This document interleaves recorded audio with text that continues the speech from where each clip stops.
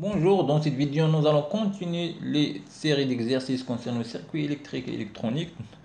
Alors maintenant, on va faire le circuit, le calcul du courant qui circule dans R par l'application de la loi de Pouillet. D'accord?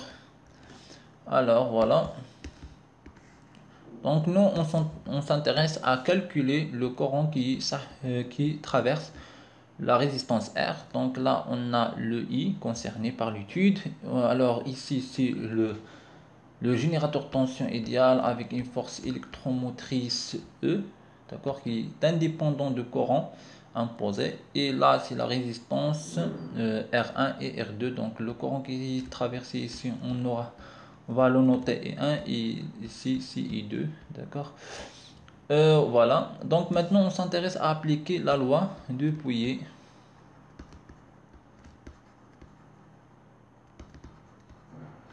Donc la loi de Pouillet, donc c'est l'application euh, de la loi de Maille, d'accord. On a la loi de Maille, donc puisque la loi de Maille, c'est-à-dire la somme algébrique des tensions est égale à zéro, donc et l'application, on va remplacer les résistances, les différents, euh, les différents les différentes tensions des résistances par la loi d'Ohm. Donc on aura à la fin une relation avec tension et courant. Donc de façon générale, la loi de Maille, donc c'est la sommation de E algébrique. D'accord, on ne va pas entrer dans les détails. E algébrique, c'est-à-dire ça dépend là. L'orientation de circuit. Donc si on a plusieurs générateurs, donc quelques quelques générateurs seront orientés positifs, l'autre ils seront orientés négatifs. Donc là, c'est algébrique. Moi, ici, alors, c'est les différents I, d'accord? Donc les différentes résistances. Donc à la fin, résistance, c'est-à-dire c'est I fois la sommation des RK. Attention ici, donc là, c'est la loi de Pouillet en général. Alors, donc, ici, alors, I, c'est la sommation des K sur la sommation des RK. D'accord, de façon globale. Mais attention, donc l'application pour appliquer la loi de Pouillet, donc là, le circuit il doit être traversé par le même courant. D'accord, là c'est un courant I1, d'accord. Dans ce cas-là, alors le circuit doit être traversé par le même courant. D'accord. Voilà, donc on va appliquer la loi de Pouillet ici. Alors.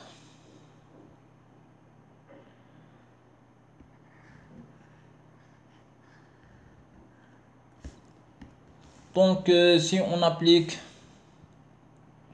la première chose à faire, c'est on va s'intéresser à la maille ici, à la maille 1, donc qui contient deux résistances qui sont en parallèle. Donc, on remarque après l'application de la loi de maille,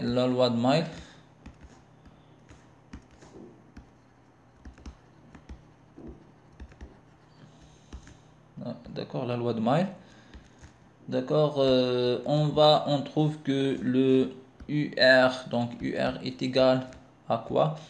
Égal à UR2, d'accord, là signifie que le courant fois R2 est égal à I2 fois quoi? Fois R1. Donc là, d'après l'exercice, on a R2 est égal à R. Donc là, seront simplifiés. Et à la fin, on a I est égal à I2. D'accord. Donc là, c'est une façon particulière, c'est-à-dire l'application de la loi de Pouillet. Ça dépend les conditions d'exercice. D'accord.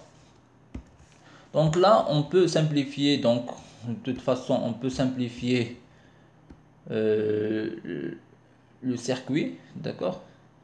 Donc là, on va calculer les deux résistances sont en parallèle parce qu'ils ont même différence de potentiel entre ces bords. Alors là, plus, moins, etc. Donc là, plus R1. Et là, une résistance équivalente.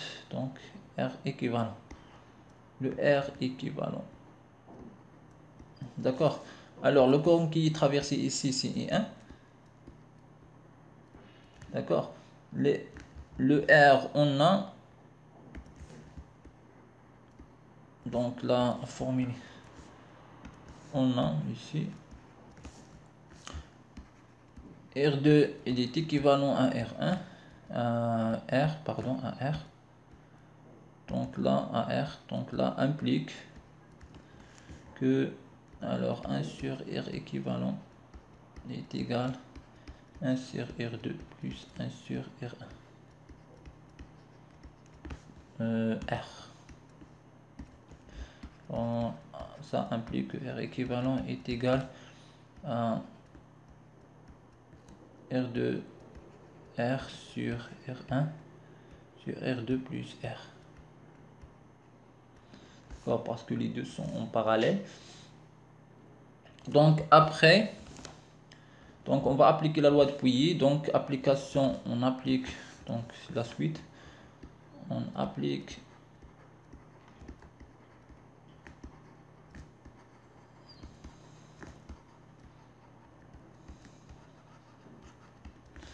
c'est-à-dire I est égal. Alors là, on a un seul E, donc il sera E sur. Donc E, ça dépend de l'orientation. Alors on a E, il est tout comme ça. D'accord. Donc le courant concerné, il est comme ça, signifie que le E et I, donc ils ont même sens. Et donc c'est une convention générateur. Donc là, c'est correct. D'accord. Donc I1 ici. Alors I1 c'est E sur la somme des résistances. Donc là c'est R1 plus alors R2 R sur R2 plus R. D'accord.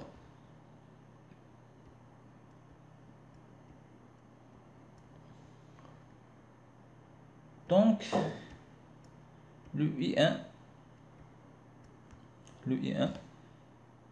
est égal à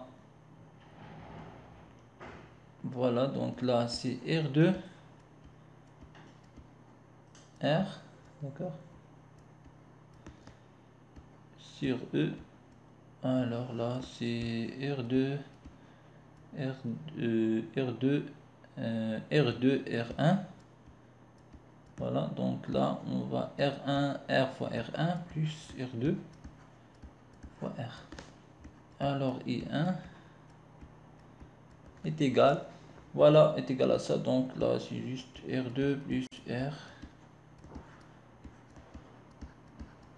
sur R2 R1 plus, on factorise R1 plus R2. À la fin, donc on a l'application, donc l'application de la loi de Nœud. Donc là on aura I1 est égal à I plus I2, et on a I est égal à I2, donc là c'est 2I. D'accord. Le 2I signifie que ça il sera divisé sur 2. D'accord. Donc là I est égal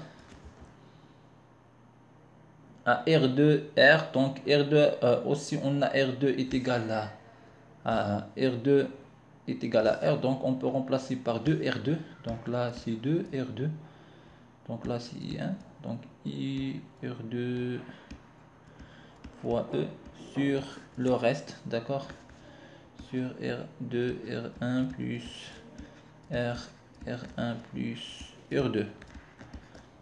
Ça implique que I est égal à R2 fois E sur R2 R1 plus R1 plus R2. D'accord. Donc à la fin on va obtenir la même chose par que les autres les expressions trouvées par les différents théorèmes que nous avons déjà expliqués. Merci et à très bientôt.